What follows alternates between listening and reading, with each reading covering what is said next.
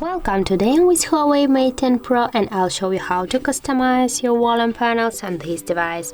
So first of all, we should get the application from the Play Store like Wall Styles. Just tap to install this application and wait a few seconds while this is installing. Now just open the application and here on the upper right corner tap to start. Now just allow all the permissions and here scroll down and tap to the Wall Styles. Now tap on the switcher to turn it on. Tap to OK. Yes, I agree, of course.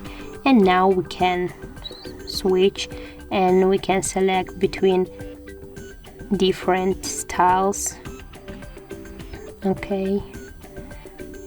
For example, I will go in with this one. And now if you will just here press on your wall and buttons, you can see that your wall and panel has changed successfully. Also, we can just try one more, for example, the iOS one. And as can you see, that has changed successfully too.